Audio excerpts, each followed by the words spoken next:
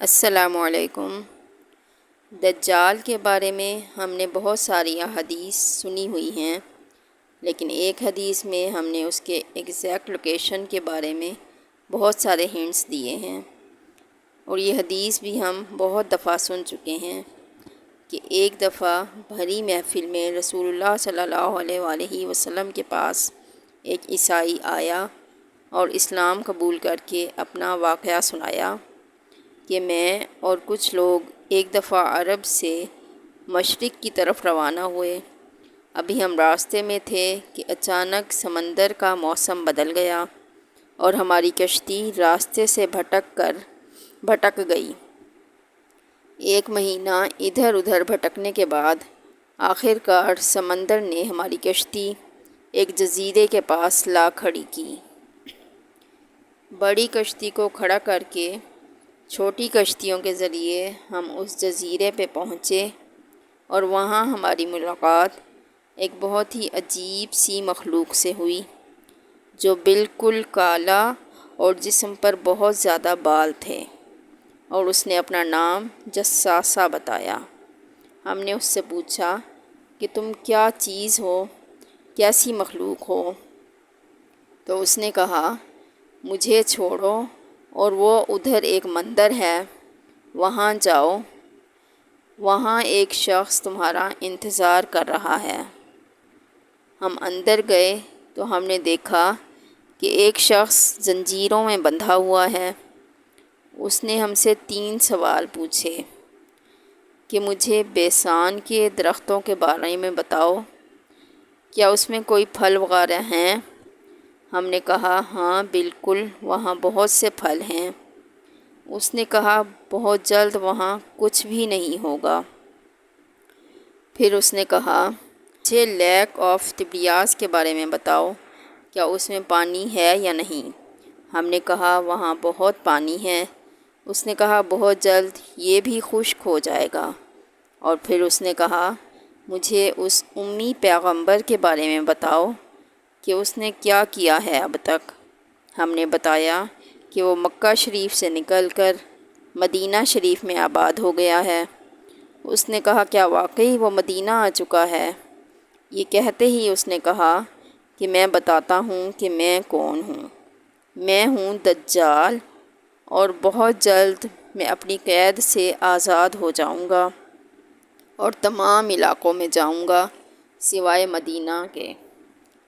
رسول اللہ صلی اللہ علیہ وآلہ وسلم نے تمام لوگوں کو مخاطب کر کے کہا اے لوگو، یہ ہے یثرب، مدینہ۔ تمیم داری جو کہہ رہا ہے مجھے اس میں سچائی نظر آ رہی ہے۔ دجال شام کے سمندر میں ہے، نہ یمن کے سمندر میں۔ اپنے ہاتھ سے انہوں نے مشرق کی طرف اشارہ کر کے فرمایا دجال مشرق میں ہے، دجال مشرق میں ہے، دجال مشرق میں ہے۔ اب جیسا کہ آپ جانتے ہیں کہ مشرق کی طرف سفر کے بعد ان کی کشتی ایک جزیرے پر رکی تھی۔ مدینہ کے مشرق میں عربین سی ہے، اور اس میں 4 جزیرے پائے جاتے ہیں، جن میں Lakshadweep in India, سکوٹرا in Yemen, Sierra in Oman, اور آستولا ان پاکستان۔ حدیث میں واضح فرمایا گیا ہے کہ دجال یمن میں نہیں ہوگا، تو یہ 2 جزیرے تو نکل گئے۔ رسول صلی اللہ علیہ وآلہ وسلم نے مدینہ میں جو مشرق کی طرف اشارہ کیا تھا، اگر ہم ایک سیدھی لائن کھینچیں تو استولا آئلینڈ کے اوپر سے گزرتی ہے۔ جب جساسہ نے اس جزیرے پر آگ کے ٹیمپل مندر کی طرف بھیجا تھا تو اس جزیرے پر مندر کے آثار بھی تو ہونے چاہیے تھے۔ انڈیا کے اس جزیرے میں تو ایسا کچھ بھی نہیں ہے، لیکن پاکستان کے آسٹولا جزیرے میں پتہ ہے کیا ہے؟ مندر۔ لیکن یہ تو 1400 سال پرانی کہانی ہے۔ مندر تو ابھی 40-50 سال پہلے ہی بنا ہوگا۔ 2000 سال پرانا مندر، اور مندر بھی کس کا؟ کالی پاتا کا۔ ہندوؤں کی سب سے خطرناک اور خوفناک دیوی، جو دکھنے میں بہت خوفناک ہے اور اس کے جسم پر بھی بہت زیادہ بال ہیں۔ تو کچھ یاد آیا؟ جساسہ۔ ان صحابی نے جس عجیب سی مخلوق کی بات کی تھی وہ بالکل ہندوؤں کے اس بھگوان سے ملتا جلتا ہے۔ لیکن اگر آج آپ استولہ جزیرہ جائیں تو آپ کو تو جانے ہی نہیں دیں گے۔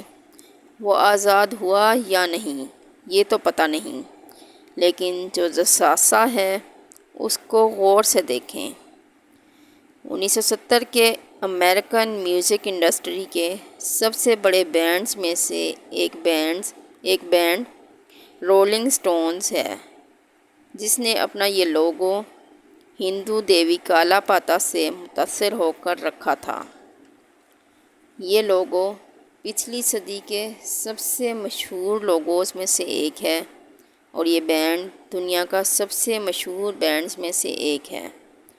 دجال کے جزیرے والے جساسہ کا پوری دنیا کے میوزک انڈسٹری اور فلم انڈسٹری کو شیک کرنے میں بہت بڑا ہاتھ ہے۔